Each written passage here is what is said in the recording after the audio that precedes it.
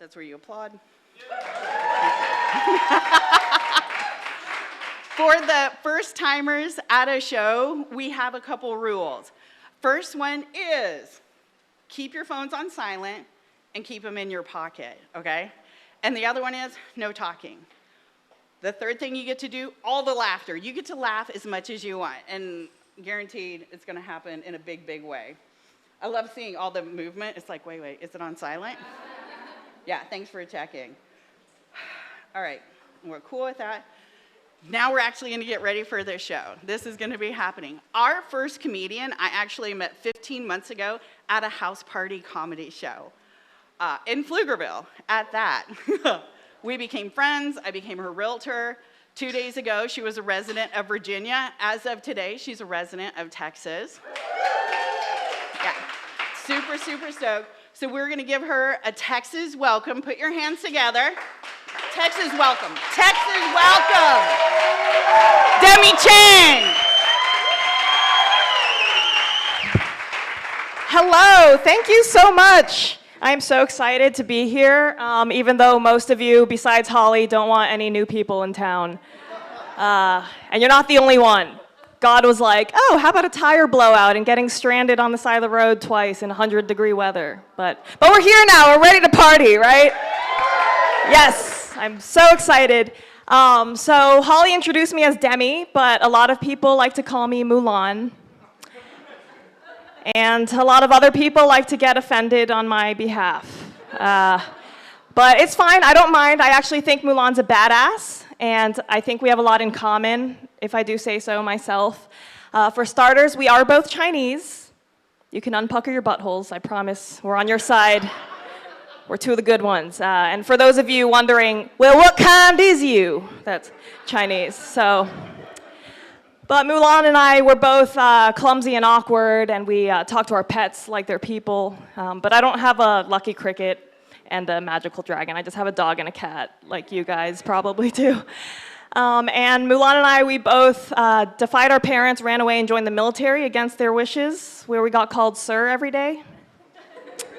But it's been about 2 years since my transition out of the Marine Corps, just to be clear. Sorry. Some of y'all really thought I was gonna say Air Force.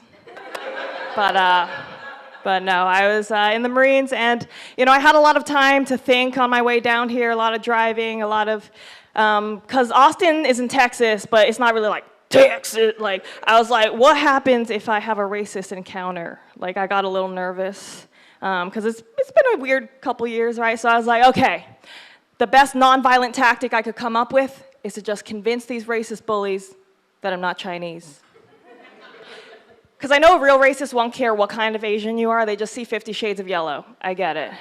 But I was like, okay, because in addition to Asian hate in general, the Chinese, we get a lot of bad press. I don't know if y'all had it here, but there's like a minor cold going around somewhere. So I was like, okay. I just picture them coming up to me and they're like, you from Wuhan? You got that kung flu, bitch? Honey, don't be silly, I'm from Vietnam. We don't all look alike. And if they don't like Vietnamese people either, that's fine. I will just start rolling through the nationalities until I find one they do like. That's how you put the bamboo in bamboozle. So I'll just keep it rolling. I'm like, 안녕하세요. Oh no, Korean people is so different than the Chinese people. Oh. That one should work because everyone loves BTS and K-pop and bulgogi and all that good stuff. So that should work. But if nonviolent tactics don't work, that's fine. I am a huge proponent of self-defense, right? And I know it's kind of a controversial topic, but we're all friends here, so stick with me. I feel like as an American patriot, I have the right to defend myself, right? Like my first day in Texas, I dressed up in G.I. Jane cosplay, just in case. But in the interest of self-protection, I did go out, and please don't judge me, but I went out and got myself a white husband. Yeah, white spouses have some of the best safety features on the market, so. Some of you have open carried your own here today, so that is really awesome. So do we have any interracial relationships in the building? Okay, what's your favorite thing about being in an interracial relationship? It could be anything. Her 70 cousins. That's fun. Well, my favorite thing about being in an interracial relationship is you're less likely to be mistaken as relatives. All right? Because sometimes you see people, you know, they're roughly the same Pantone hue, they're sitting together, and you're like, oh, you guys siblings? You guys married? You guys together? And one time, this guy in the front just goes, nah, we just fucking. I'm like, that doesn't answer my question, okay? So, because we've all been on the internet, except in Virginia, they just banned Pornhub. So, yeah, but one thing that happens a lot is my husband gets thanked for his service all the time, even though he's never been in the military. So he has what we call the military discount haircut.